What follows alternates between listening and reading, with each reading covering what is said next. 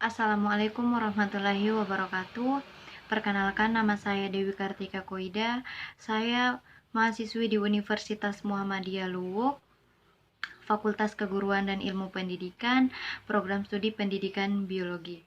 Saya membuat video ini dalam rangka memenuhi tugas dan kewajiban saya sebagai mahasiswi pada mata kuliah Perkembangan Peserta Didik dengan dosen pengampu Bapak Muhammad Fahri Haruna, SPD, MPD.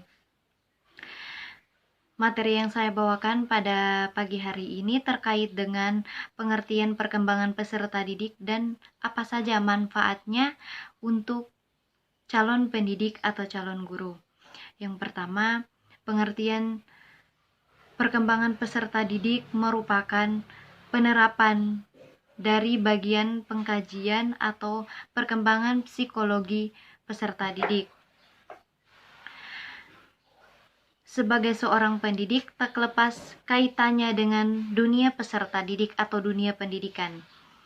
Perkembangan dan pertumbuhan peserta didik merupakan hal penting untuk kita ketahui dan kita pahami selaku calon pendidik. Sebagai calon guru, hendaknya memiliki pengetahuan mengenai perkembangan peserta didik, karena nantinya calon guru akan berperan dalam pembentukan karakter setiap peserta didiknya. Calon guru juga harus memahami dan peka terhadap masalah-masalah yang timbul pada peserta didik. Guru juga ditekankan untuk memahami pada usia berapa peserta didik dapat berpikir abstrak. Selain itu, calon guru juga harus mampu memahami setiap tingkah laku peserta didik, baik dari segi positif maupun negatifnya. Guru juga harus mampu memahami setiap kondisi psikologi peserta didiknya. Hal ini perlu diperhatikan karena akan berpengaruh terhadap proses belajar mengajar nantinya.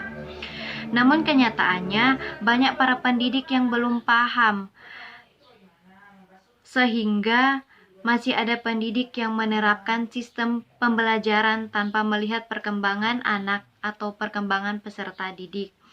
Hal ini akan berakibat adanya ketidakseimbangan antara sistem pembelajaran dengan sistem perkembangan anak yang akan menyulitkan anak sehingga tidak dapat atau tidak mampu mengikuti sistem pembelajaran yang ada. Kurangnya pengetahuan calon guru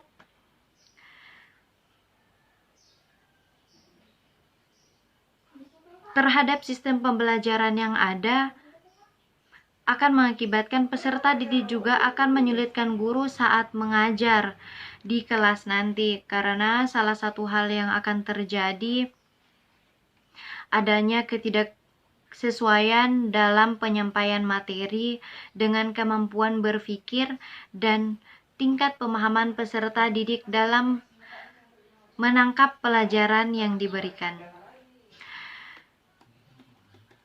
Berikutnya, dalam memahami peserta didik, diperlukan adanya pembelajaran perkembangan peserta didik atau PPD.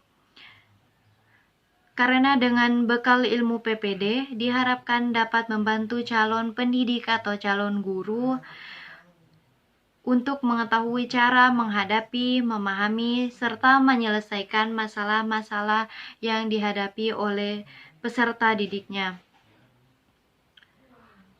Dalam PPD juga ini dijelaskan mengenai prinsip-prinsip pembelajaran di kelas nanti, baik dalam segi pertumbuhan maupun perkembangannya. Dijelaskan juga beberapa hal dalam proses tahap untuk mengetahui faktor perkembangan dan penghambat apa saja bagi peserta didik dengan cara meninjau dari faktor lingkungan, faktor keluarga, maupun faktor sosial dari peserta didik tersebut. Dengan mengetahui faktor serta proses dan konsep perkembangan pada setiap peserta didik atau anak, itu akan memudahkan kita untuk mengetahui sistem pembelajaran yang efektif, efisien, terarah, dan sesuai dengan perkembangan anak. Adapun manfaat dalam mempelajari perkembangan peserta didik. Yang pertama, dapat menciptakan ruangan kelas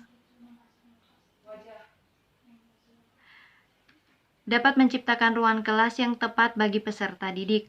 Artinya, dengan guru memahami setiap konsep perkembangan peserta didik, guru akan mengetahui karakter setiap peserta didik sehingga dapat belajar dan dapat memilih suasana pembelajaran yang tepat untuk diaplikasikan di dalam ruangan kelas. Yang kedua, dapat memberikan metode pembelajaran yang menarik dan berapresiasi. Artinya, dalam pembelajaran diperlukan adanya variasi metode dan model pembelajaran agar peserta didik tidak merasa bosan atau mengantuk di dalam ruangan kelas. Yang ketiga, mengetahui pembelajaran atau mengetahui pelajaran seperti apa yang dibutuhkan setiap peserta didik dan yang kurang dibutuhkan oleh setiap peserta didik. Memang dengan mematuhi karakteristik setiap peserta didik, guru dapat lebih dalam mengetahui pelajaran apa yang tepat untuk diberikan kepada setiap peserta didiknya. Yang keempat, memberikan dorongan bagi peserta didik dalam berinteraksi. Guru pun terkadang acuh dengan kondisi yang sedang dialami peserta didik. Padahal perkembangan peserta didik dapat membantu guru dalam memberikan dorongan bagi peserta didik dalam berinteraksi. Yang kelima, dapat mengendalikan diri agar tidak membeda-bedakan anak yang satu dengan yang lainnya. Di sini terkadang dalam proses pembelajaran di kelas tidak sedikit guru yang membeda-bedakan peserta didiknya.